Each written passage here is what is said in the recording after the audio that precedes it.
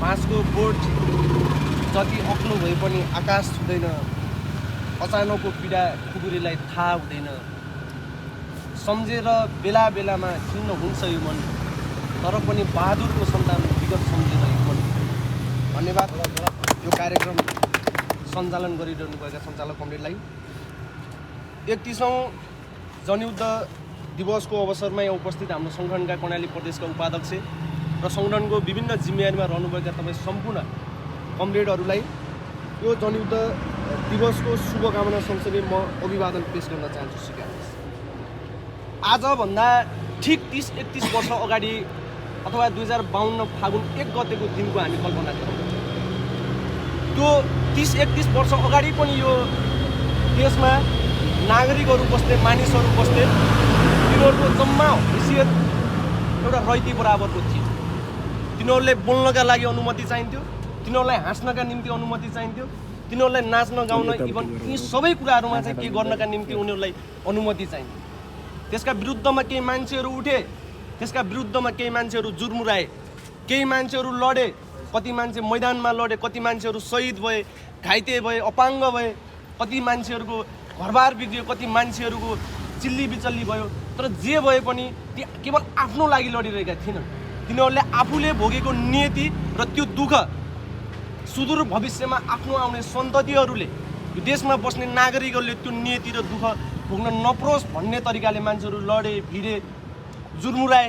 ती मान्छेले एउटा पार्टी बनाए, जसको त्यो बेलाको पार्टी नेपाल कम्युनिस्ट पार्टी माओवादी बनाए। त्यसकै झन्डामुनि रहेर हामीले त्यसकै पार्टीको भातृ सङ्गठनको झन्डामुनि रहेर हामीले काम गर्न पाइरहेका छौँ। हामीले केही जिम्मेवारी पनि बोकिरहेका छौँ। त्यो आन्दोलनले सुरुवाती गरेर 62-63सम्म आउँदै गर्दा जनआन्दोलनबाट केही उपलब्धिहरू हामी त्यसकै जगमा भएका आज हामी नेपालको संविधान बन्छौँ। त्यसकै जगमा आएको हामी नेपालको चाहिँ समानुपातिक समावेशी प्रतिनिधित्व लगायतका धेरै चिजहरू बन्छौँ। हामी त्यसकै जगमा आएको कुराहरू, नेपालका चाहिँ विभिन्न उपलब्धिहरू त्यसकै जगमा र त्यसको मुख्य स्रोत चाहिँ त्यही जनयुद्ध थियो भन्ने कुराहरू हामी स्वीकार्छौँ। त्यति मात्रै होइन, अर्को कुरा हामी के स्वीकार्छौँ भने त्यो बेलाको रैती मानसिकताबाट गुज्रिरहेका मानिसहरू, त्यो बेलामा चाहिँ रैती बराबरको हैसियतमा बनेका मानिसहरू आज सार्वभौम सम्पन्न नेपालको नागरिकहरू बन्न पाए भन्ने कुरा पनि हामी स्वीकार गर्छौँ।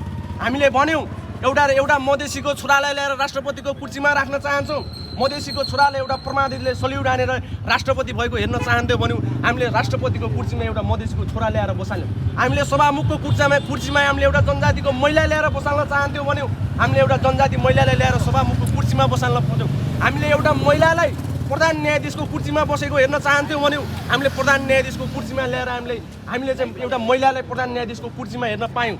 त्यस्तै गरेर एउटा सामान्य जसले वंशजको आधारमा रगत नबगेको भएर सामान्य एउटा किसानको छोराले, सामान्य एउटा मजदुरको छोराले, सामान्य नागरिकले प्रतिस्पर्धाको आधारमा यो देशको राज्य सत्ता सञ्चालन गर्न सक्छु वा सक्दैन भन्ने कुराहरूको चाहिँ ख्याल पुर्याएर जनताको बिचमा गएर प्रतिस्पर्धाको आधारमा आफू छनौट भएर आएर यो राज्यको सत्ता र सरकार सुम्पिने कुराहरूमा चाहिँ त्यसको हक राख्नुपर्छ भन्यौँ। हामीले त्यो पनि भन्यौँ। हामीले अर्को कुरा पनि के भन्यौँ भने जन्मश्रेष्ठताको आधारमा नभएर प्रतिस्पर्धाको बिचमा गएर प्रतिस्पर्धाको आधारमा छनौट भएर यो देशको राज्य सत्ता सञ्चालन गर्न पाउने सामान्य नागरिकहरूले पनि पाउनुपर्छ भन्ने कुराहरू हामीले ल्यायौँ।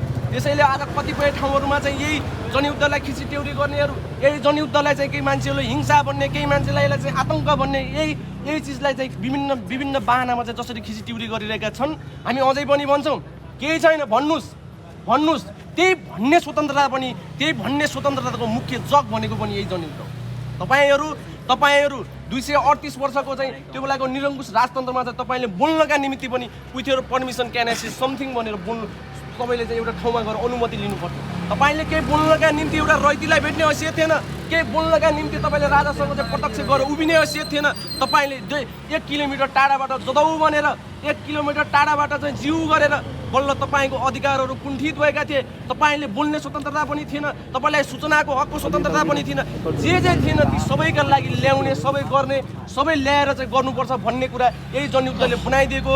र यो कुरा यति भन्दै यो 31औं जनयुद्ध दिवसको अवसरमा नेपालभरि छरिएर बस्नुभएका सम्पूर्ण सङ्घीय लोकतान्त्रिक गणतन्त्र प्रेमी आम नागरिकहरूलाई म यही गणतन्त्र दिवसको हार्दिक शुभकामना दिँदै म मेरो मन्तव्य यही टुङ्गाउने अनुमति चाहन्छु। धन्यवाद।